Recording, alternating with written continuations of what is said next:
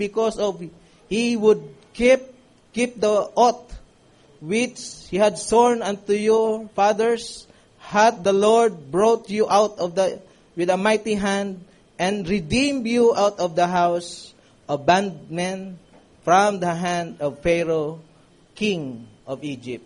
Amen. Pagpalain ng Lord ang mga scripture na ito. At tayo manalangin, Ama, amin dinudulog sa iyo ang mga scripture na ito. Amin din pinapasalamatan ang mga pagkilos mo, Panginoon. Tula kang katulad, Lord. Napaka-unique mo kung kumilos, Ama. Kaya, Lord, dahil yan, napapahanga kami sa mga kilos mo. At salamat sa lahat ng protection mo dito sa church, sa pag-mission, Lord God. At sa mga oras na ito, ay aking tinatagubilin sa iyo. Ikaw muli ang kumilos, Panginoon. Tulad ng panalangin namin ng Wednesday, tulad ng desire ng aming pastor nung nakarang Wednesday na ipalagay, Panginoon, gusto namin mapagpala, Lord God. At ang hiling namin, Lord God, ang presensya mo ang nandito parati sa amin.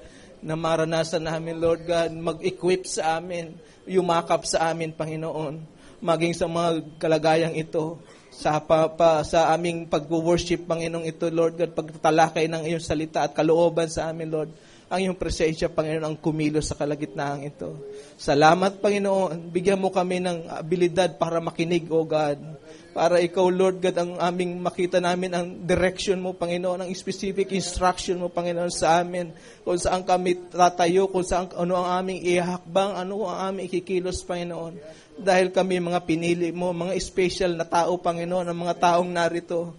Kaya naman, Lord God, nagmi-mission dahil may mga special na tao rin, Panginoon, na maabot, Lord God, ng misyong ito. Salamat, Panginoon, sa lahat ng iyong pagkilos, maging sa pagkilos mo sa mga ito, Lord God, ay ma-appreciate namin ang iyong biyaya at ang pagkapala, Panginoon, ay iyong matanggap. Dalangin namin ito sa pangalan ng Panginoong Jesus Kristo. Amen. Ako po na po tayong lahat.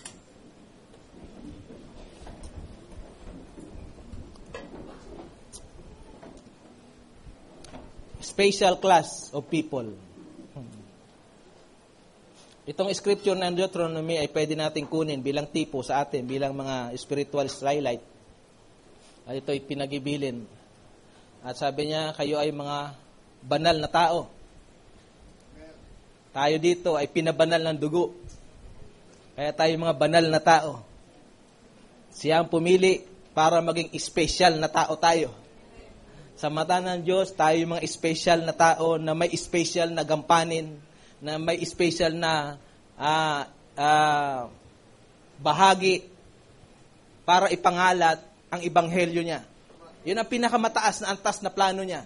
Ipangalat ang ebanghelyo, pero hindi ito may papangalat pag walang mga special na taong gaganap sa bawat tungkulin.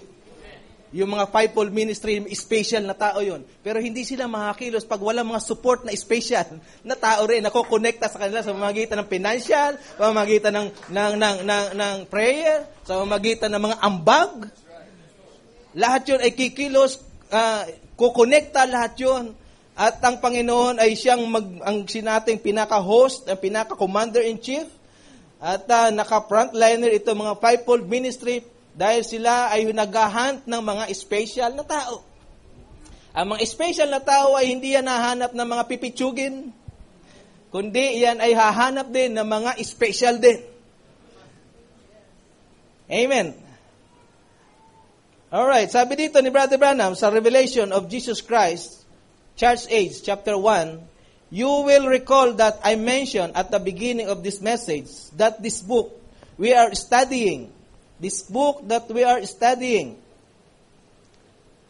okay, is the actual revelation of Jesus Christ. Ang tinutukoy niya dito ay Revelation chapter. Himself in the church and his in the future age. Then I mentioned that it takes the Holy Spirit to give us revelation. So kinakailangan ng Espiritu Santo para magkaroon tayo ng kapahayagan sa pagsuporta ng financial, kapahayagan sa pananalangin. Lahat ito ay umiinog sa kapahayagan. Hindi ka pwedeng kumilos at magbigay ka ng ambag para sa mission to. Kaya ang kilos na yun, malinaw na malinaw, ang pagkilos ng Panginoon sa mga young people, ito is a revelation. At ito'y nakapaghanap ng mga special na tao, at ito'y nailapit sa Panginoon. Malinaw yun. Hindi natin pwedeng sabihin na hindi sa Diyos yun ay gawa ng Diyos, special na gawa ng Diyos sa mga special na young people. Para maghunting ng mga special din na tao tulad ng mga matatanda sa kabaukan. Mga seryosong tao na ngayon nag-aantay lang sila ng mga taong isusugo doon at magbibigay ng mga taong financial para makarating doon sa makasakay sa eroplano. Pwede naman sana, gusto kong i-desire, kung maghihiling lang naman ako, gusto kong i-desire yung desire ni Felipe. Teleport. Pwede naman yun di ba? Kung gugustuhin ni Lord. Pero, ang gusto ni Lord, maging ambag tayo lahat. Sana ito maging focus natin, maging missionary church ang church na ito. Dahil maraming dapat abutin na naawa ako, nahabag ako sa mga tao yun, na mga nangailangan ng scripture. Mayaman na tayo dito sa pangaral. Kailangan nating ilabas yan para higit pang magbuhos ang Panginoon ng mga kapahayagan. Okay, it takes the Holy Spirit. Holy Spirit ang magpapakilos diyan by revelation. And we will fail to get it. So ito ang problema, hindi yun nakukuha. Pero salamat sa Panginoon, meron siyang bibiyayaan ng mga taong makakakuha na ito at sila ipapainugin sa kapahayagan ng Espiritu Santo. Bringing these two thoughts together, you will see that it won't take just an ordinary study. So hindi ito isang ordinaryong pag-aaral lamang. And thinking that make this book real, it's going to take an operation of the Holy Spirit. That means this book can be revealed to only but a special class of people. Ba? Woo! Pag naipahayag sa iyo yan, ano ka? Ano ka? Ano ka, sister? Ano ka? Special! Ay yaman, special! Ay hindi tayo pwedeng magmukmuk. Special ako. Hindi ganyan. So that means this book can't be revealed to only but a special class of people. Sana gano'n ang maging pananaw na natin ngayon. Makatulong nawa ang pangaral na ito na it will take one with prophetic insight and will require the ability to hear from God. Hindi ka pwede pala maging special class of people, special class of man, pag wala kang abilidad sa pakikinig. May connection yun. At biyayaan ka ni Lord na magkaroon ka ng prophetic insight. Kasi yan ang pinakamataas na paningin. It will require supernatural instructions. Ano ito? Supernatural instruction. With a prophetic insight. At kailangan natin ng abilidad para makinig. Ang sino may pakinig ay makinig sa sinasabi ng Espiritu. And then, pag nagawa mo yun at nagkaroon ka ng kapahayagan, special. So Lord, special ang mga taong yun. Naway bawat isa sa atin, ini-encourage ko at bilang testimony sa inyo, malaki po ang nagagawa ng mission. Malaki nagagawa sa buhay ng bawat tao. Sama-sama na tayo dito. Marami na tayong nakain. Bahagi natin yan. Bahagi natin sa iba. Okay, but not just a student is comparing verse with verse, though that is good, but a mystery requires a teaching of the Holy Spirit. So, ang Espiritu Santo nasa inyo, siya ang magbibigay sa inyo ng pagtuturo. Ano ba dapat kong iambag? Ano ba dapat kong iambag sa ganitong panahon? Pag nanawagan ng aming pastor, ano ba ang aking iambag? Salamat, mayroong tumugon. Amen. At yun ay pagtugon, hindi naman gawa lang nila yun, kundi ang Espiritu ng Diyos ang kumilos sa likod ng mga bagay na yun. Amen. Okay. Sa Smyrna Church Age, isa pang bagay na gusto kong iparating sa mga kapatid, he that hath an ear, let him hear what the Spirit saith unto the churches.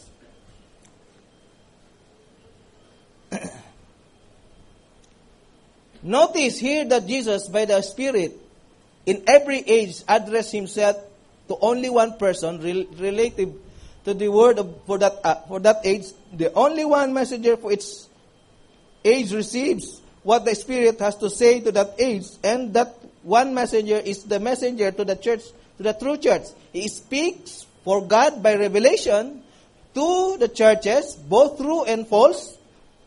Okay, positive, negative. The message is then broadcast to all, but though it's broadcast for all who come with range of the message, that message received individually by an only certain qualified group. Meron certain qualified group ang makakatanggap lang nito. Amen. Salamat. Biyaya ni Lord. Hindi lang tayo, kundi yung mga bahagi ng iglesia na pinagkahayagan ng Espiritu Santo na may abilidad makinig. At yun ay mga certain qualified group na nakatanggap ng kapahayagan. At sila ang kikilos ng mga special na tao. Kukonekta sila sa mga special din. Ay, ang tingin natin yun, hindi lang basta yan, sister. Hindi lang ba yan basta sister or brother, mga special yan. Mga special na mga special group of people, special group of young people, special group of qualified men, ladies, ano pa? Children, mga bata, kahit bata yan, gagamitin ni Lord yan, pag ginusto niya, yan ay a certain qualified group. It's individual of that group who has the ability to hear what the Spirit is saying by the way of the messenger. So itong mga special class of people ay meron talaga silang abilidad na makinig. Kasi hearing is faith cometh by hearing and hearing. Meron silang kakayanan na pag narinig nila ito, magkakaroon sila ng kapahayagan, then action ang lalabas doon. Ikikilos sila nito dahil hindi lang dahil sila ay basta't isang certain people na may special na katangian sa mundo o sa dahil merong isang bini na nandoon at yun ang kinikwikin ng Lord para maging special sila. At yun ang pinapakilos niya. Kaya mapansin natin na ang Diyos ay pumipili ng mga tao, a holy nation, a separated people. Anong ginawa sa atin? Separated. Sineparate tayo sa mundo. Pinili tayo sa mundo at ginawa tayong peculiar people, peculiar treasure unto men above all people. Pag sinabing peculiar, belonging exclusively to God. Pag mamay-ari lang, exclusive lang sa Kanya yun. Kaya nga siya naging special. Pag wala si Lord, pangkaraniwan lang tayo. Para-paras tayo na mga tao diyan sa labas. Pero dahil merong isang Diyos na pumulot sa iyo, sa pamamagitan ng 3 stages of grace, inilipat ka, isinegregate ka, at ginawa kang banal, at lahat ay ginawa sa iyo, mga instruction ay pinakita sa iyo, then, at binigyan ka pa ng abilidad para makinig, si Lord lahat ang kumikilos na yon. At dahil doon, iaangat ka niya. Para masabi kang, pagmamay-ari ko yan. At lahat ng kilos niya, at lahat ng gawa niya, back up ko yan. Amen. Salamat sa Panginoon. Tunyo dito ang iyong pakinig dahil meron nag-iistorbo sa labas.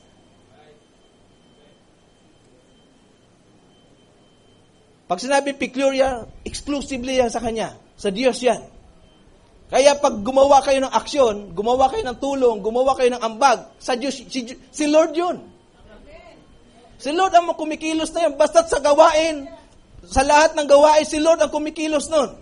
Dahil yun ay ikinilos ka, isinegregate ka, isineparate ka, at nirecreated ka para sa ganung gawain lang. He made us kings and priests. Mga mapapanalanginin. Kaya ginawa tayo special dahil itong mga taong ito, gaganap ito ng mga special na tungkulin. Ladies department, may special kayong tungkulin. Men's department, may special na tungkulin. Young people department, may mga special na tungkulin yan. Lahat yan ay separated. Kaya kung gusto natin maging special na tao, special class of people, sumiperate tayo. Sumama tayo, tingnan natin yung pillar of fire kapag ito ay kumikilos na. At wag na tayo magpatumpik-tumpik na na magpaiwan dahil kapag naiwanan ka, yung protection ng Panginoon, yung pillar of cloud, saka yung pillar of fire, mawawala ka doon sa protection. Ano mangyayari sa iyo? Mainit na doon. Pag mainit na, may mga tutubo ng mga tinik dyan. May mga tinik na dyan, wala na yung pillar of fire kasi nandun na. Kaya hindi na maganda, tandaan nyo, pag hindi na maganda, pakiramdam nyo sa ilang, wala na yung pillar of fire doon. Wala na yung pillar of cloud.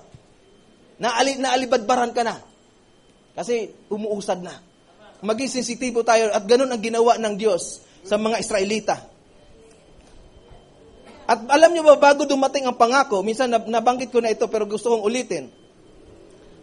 Dahil may kinalaman ito sa mga special na tao. When God's promise drew nigh, naalala ko lang kasi ito dahil minsan nandun ako sa Bohol, binalitan ni Pastor, yung tungkol sa gawain sa lupang ito na pumabor sa atin ang desisyon ng korte. Pero bago magkaroon ng desisyon, may propesya dito. Doon pa, matagal na. At ito'y pangako ng Panginoon at binibilang ko nga, may kinalaman ng panahon ng overlapping ng 7 and 8. At sa, ilang taon na tayo, Pastor? 8 na, no? 8 years na tayo dito, simula nung magna-9. Yung overlapping nun. Ang biyaya. At nakaranas tayo ng marami mga salimot na pagsubok. Hindi natin pala alam, paparating na yung blessing.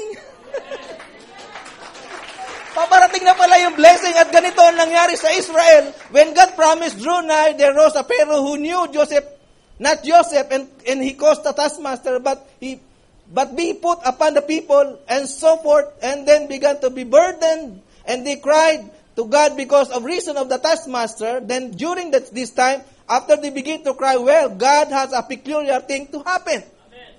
Napapalapit na pala ang pangako sa mga Israelita. Ganon din naman sa atin, itipon natin sa atin. Nung papalapit na ang pangako sa ating church, nagpalabas si Lord ng mga Pharaoh, na hindi kilala si Joseph, at nagpalabas siya ng mga taskmaster ng kapabigat sa ministry, at lahat yun. Ngunit yun ay nagkakalakip-lakip para sa kabubuti, at nagpalabas siya ng peculiar thing. Ano yun? Nagpalabas siya ng isang deliverer. Isang pastor na mangunguna sa pagipagbaka. Isang matatag na leader. At kung ititipon natin yan, pwede natin itipon sa kalagayan natin. Biniyahan tayo ng isang magandang leader sa ating church. Now, at ayan ay appreciated yan ng lahat. At ito'y pwede natin itipon sa ganung kalagayan dahil paparating na kasi yung blessing. Nakaamba na at gusto itong putulin ng kaaway, gusto itong ipag-guide sa mga tao, pero dahil sila ay mga special na tao, ibibigay ni Lord yun. At yun ay paparating na. Now notice then how when the time of promise drew nigh, the people began at that time to see there was something happened to them, some troubles.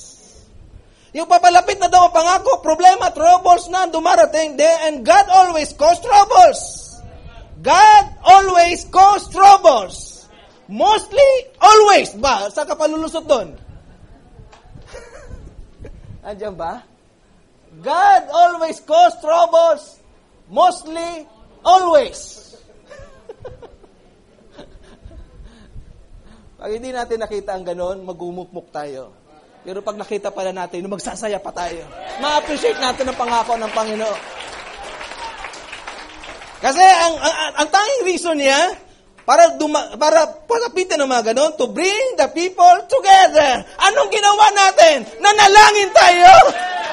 Nagsama-sama tayo ng panalangin. At hindi matanggi ni Lord yun. Hindi niya matanggi, maitanggi yun. Ang pagkapala ay nandiyan, ganun pa natin. Individual. Bawat isa sa atin. May mga pangailangan, may trouble sa buhol. At lumabas ang mga trouble. Ngunit sa biyaya ng Panginoon, dahil mangyari yun. Kasi kailangan lang nilang humibik, manalangin, magsama-sama sa panalangin, dahil yung pangako sa kanila ay malapit na. Amen. Salamat sa Panginoon sa problema. Kaya kung may mga problema tayo, give me more, Lord, give me more. Problema sa pamilya, para mag-together ang mga pamilya, problema darating yan. Para magsama-sama sila sa panalangin. at dumating sila sa kondisyon ng kanilang buhay na humibik sila sa Panginoon. So, sila ay sinegregate sila para maglingkod sa Kanya. Ano ang paglilingkod natin? God people is a peculiar people, royal priesthood. Ano maambag nyo sa mission? Kung merong mga special class na tao kayo sa panalangin, gawin nyo yun. Sa panalangin.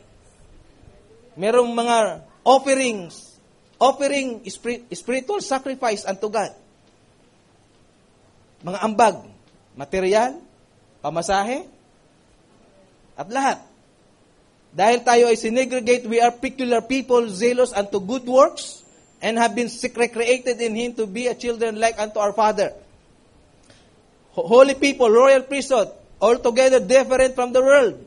Kaya mapapansin nyo, iba ang ating kilos, segregated people tayo, iba ang ating mga galaw. Dahil ganun, pinattern ni Lord kung paano ang mga Israelita na inihiwalay niya, ganun din naman tayo spiritually speaking. Dahil meron siyang layunin. Gusto nung maabot ni Lord ang mga tao sa labas. Bakit tayo nakakain ng mga ganitong kasasarap sa pangangaral? Paghahanda ito. Paghahanda sa mga kalalakihan. Paghahanda sa mga young people. Napakaraming pwedeng puntahan. At kung mag-aambag-ambagan lang tayo, magtulong-tulungan tayo tulad ng ginawa sa Book of Acts, malaki ang magagawa natin. Huwag nating suluhin ang ating mga income. Kaya binigyan tayo ng mga trabahong ganyan. Dahil gusto ni Lord, maiambag yan. Kaya panalangin ng ating pastor, bigyan pa tayo, maging manager ang iba sa inyo. Maging stockholder ang iba sa inyo. Natatawa tayo minsan kasi sabi nga, hindi tayo humihingi ng malaki. Ngayon panahon na. Binigay na sa atin ang lupa, panahon na tayo humingi tayo ng malalaking blessing. Dahil meron na tayong aabutin. Alam natin ang katatayuan. Mga special na tao. May maabutin tayo mga special na tao ulit. Amen. Hallelujah. Praise the Lord. Hindi ito birong ating ginagawa. Merong nanumpang isang Diyos sa atin. May nanumpa na. At ang supply ay lahat ay nandiyan na. Kailangan nating humakbang. Unang hakbang sa atin, pangalawa sa Panginoon. Yan ang parating pattern niya. Mga young people, tama ang unang hakbang nyo. Unang hakbang sa inyo, ang Diyos ang umakbang sa pangalawang hakbang doon. Maraming naayos. Maraming nailipa pa pananampalataya. Anong nagawa? Sa 3,000, malaking nagawa, 10,000 words sa bawat isa sa kanila na ilapit. Walang katumpas na financial yun dito sa church, sa lupa. Dahil meron nangako sa atin. Meron nanumpa sa ating panahon. Hindi lang isang tao ang nanumpa, kundi ang Diyos na lumikha ng langit at lupa. Ang nanumpa. Praise the Lord. Sana nakuha niyo ang aking ibig sabihin. Mga special na tao tayo. Hindi ako masyado magpapakatagal. Nakita niyo ang kilos ng Panginoon. At sa aking personal experience, napakalaki na ang kilos ni Lord ngayon. Mabuksan nawa ang ating mga mata. Spiritually speaking, huwag na tayong mag-enjoy dito sa church, sa loob ng church. Lumabas na tayo unti-unti. Lumabas na tayo unti-unti. Dahil nagmamanifest na ang kapangyarihan ng Panginoon, hindi lang tayo nakakasabay. Lumalakad na ang pillar of fire, lumalakad na ang pillar of cloud. Hindi lang tayo nakakasabay. Kaya ang mga Israelita maraming reklamo, nainitan na sila dahil wala na sila sa protection ng pillar of cloud. Natutubuan na sila, tumutubo na yung mga tinik sa ilang. Dahil wala na ng cloud doon. Pero kung magiging sensitibo tayo, ang mga tulos natin, tanggalin natin mga tulos at lumakbang, at ang pangako ng Panginoon ay buhos na sa panahon natin ngayon. Amen. Amen. Yes, Lord. Minsan, iniisip ko parati ang gawain. Iniisip ko parati ang gawain sa Bulacan. Iniisip ko ang gawain sa Bohol. Iniisip ko ang gawain dito. Sa ibang mga outreaches, iniisip ko yan. Minsan, hindi ko naisip ang aking trabaho, pero ang supply ng Lord nandiyan pa rin. Hindi nagpabaya siya. Pero pa sabi nga, unahin nyo lang ako. Kaya ang panalangin namin ngayong mag-asawa, pagpalain kami ni Lord. Pagpalain ako ni Lord, pagpalain ang pamilya ko, pagpalain tayong lahat. Para makasuporta tayo. May mga young people dito na handa sa ganong, inihahanda sa ganong ministry. May mga kalalakihan dito nakahanda sa ganong ministry. O yung suporta nyo, yung tukod nyo ang kailangan. Hallelujah!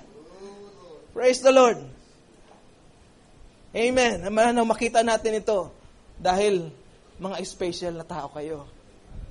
Special class of people. Para umabot ng mga special class din na tao. Amen. Sana ito ang naging katayuan natin ngayon. Makita natin at ito ang nagbibigay sa akin ng inspirasyon. Diyos ang tumawag, hindi gobernador, hindi mayor ang tumawag sa atin. Ang naglikha ng mundo at ng langit. Ang may-ari ng lupa. Ang may-ari ng lupa diyan sa kabila. Ang nagpatayo ng mga bahay nyo. Ang nagbigay ng provision. Ang nagbigay ng trabaho sa inyo. Sino ba dito mga may mga nakagraduate na sa kanilang mga course? Pinagpala kayo ng luz. Pagpalain pa kayo ng gusto.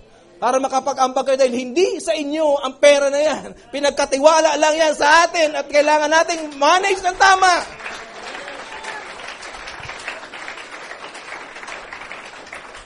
Dahil eternal life, living for others. Ang paglilingkod ay hindi para sa atin lang, kundi para sa iba. Ano mang bagay na maliit, malaki man yan, pag-ambag-abagan natin. It's time. At yung ang kilos, at yun ang nakikita ko sa kilos ng ating pastor, pinapatungo tayo doon. Bakit magbubukas siya ng mga pagkapala? Bakit? Kailangan kasi natin yun. Hindi limitado ang Diyos. Hindi siya limitado, hindi siya nalilimitahan. Gustong-gusto niyang pagpalain tayong lahat. At yun ay gusto kong makuha. At nakuha ko na nga. At makukuha pa natin yun. Amen. Praise the Lord. Panghawakan natin yan dahil ito ang katotohanan. Sa Deuteronomy, bago ko magtapos, gusto kong basahin ito. Deuteronomy chapter 28, verse 1 to 14. Pwede ba sa Tagalog? Tagalog na lang.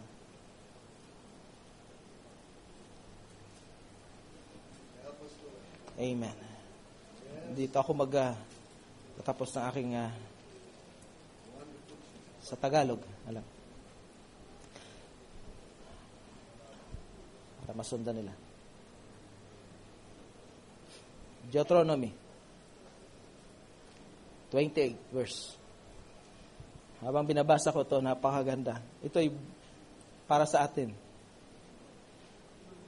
At mangyayaring kung iyong didinggin ang masikap ang tinig ng Panginoon mong Diyos upang isagawa ang lahat niyang utos na aking iniutos sa iyo sa araw na ito. Hindi bukas. Ngayon. Sa araw na ito. Ay itataas ka ng Panginoon mong Diyos sa lahat ng mga bansa sa lupa. At ang lahat ng pagpapalang ito ay darating sa iyo at aabot sa iyo. Amen. Aabot sa akin to, aabot sa iyo to. Kung iyong didinggin ang tinig ng Panginoon mong Diyos, magiging mapalad ka sa bayan. At magiging mapalad ka sa parang. Sino dito ang nagtatanim ng palay? Stan Lourdes, Father Juanito. Magiging mapalad ka sa parang. Pangako yan. Huwag mo lang kalimutan ang bahagi para sa church. Dahil kasama yun sa utos. Magiging mapalad ang bunga ng iyong mga katawan, yung mga pinaghirapan natin. At ang bunga ng iyong lupa. At ang bunga ng iyong mga hayop. Sino dito ang may alagang mga hayop?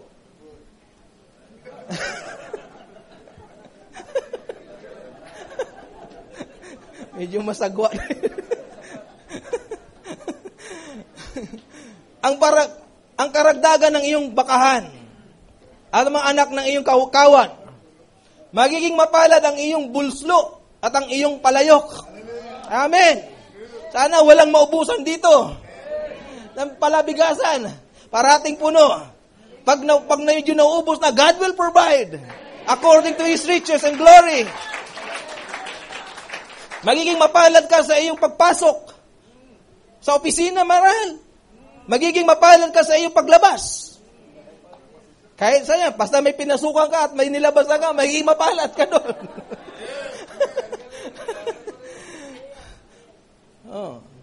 Palasaktan ng Panginoon sa harap mo ang iyong mga kaaway na nagbabangon laban sa iyo. Protection ni Lord yan. Sila'y lalabas laban sa iyo sa 100 at tataka sa harap mo sa 700. Grabe. Igagawad sa iyo ng Panginoon ang kanyang pagpapala sa iyong mga kamalig. At sa lahat ng pagpatungan mo ng iyong kamay at pagpapalain kaniya sa lupain na ibinigay sa iyo ng Panginoon mong Diyos. Anuman mapatungan ng kamay mo, may karamdaman man yan. Anuman kailangan niya, pagpapalain yan.